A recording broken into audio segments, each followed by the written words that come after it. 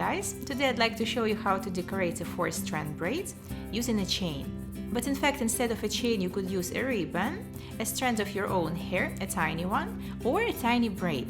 I will also show you 2 different versions of this hairstyle, produced using pretty much the same technique. And since my own hair is too thin and too short for this kind of a braid, I start from attaching my glam time clip-in hair extensions. And as always, I'm using dark and platinum blonde wefts to create an effect of highlights.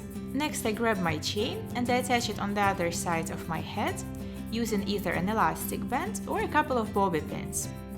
I bring all my hair to the side where I want to create my braid and pick 3 strands of hair next to my parting.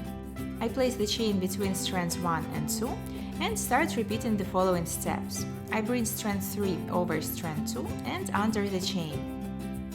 I bring strand 1 under strand 2 and over the chain. Then I add some loose hair to strand 3 and bring it over strand 2 and under the chain. I add some loose hair to strand 1 and bring it under strand 2 and over the chain. And then I simply keep on repeating the same steps till I incorporate all the hair into my braid. So strand 3 goes over strand 2 and under the chain. Strand 1 goes under strand 2 and over the chain. Now I simply keep on repeating the steps, making sure to add some loose hair to my outer strands before bringing them over or under the chain.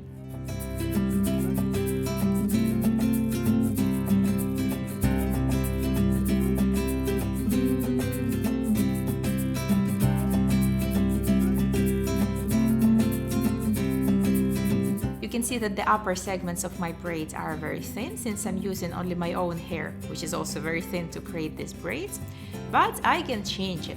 So I tug on the edges of the segments to make them appear wider and fuller. So that's the first version of this braid, achieved by placing the chain between strands 1 and 2 and starting to braid from the right. But we could also create a different looking braid by placing our chain between strands 2 and 3 and starting braiding from the left. So here I bring strand 1 over strand 2 and under the chain. Then I bring strand 3 under strand 2 and over the chain. And so on, adding some extra hair to the outer strands. So strand 1 goes over strand 2 and under the chain. Strand 3 goes under strand 2 and over the chain.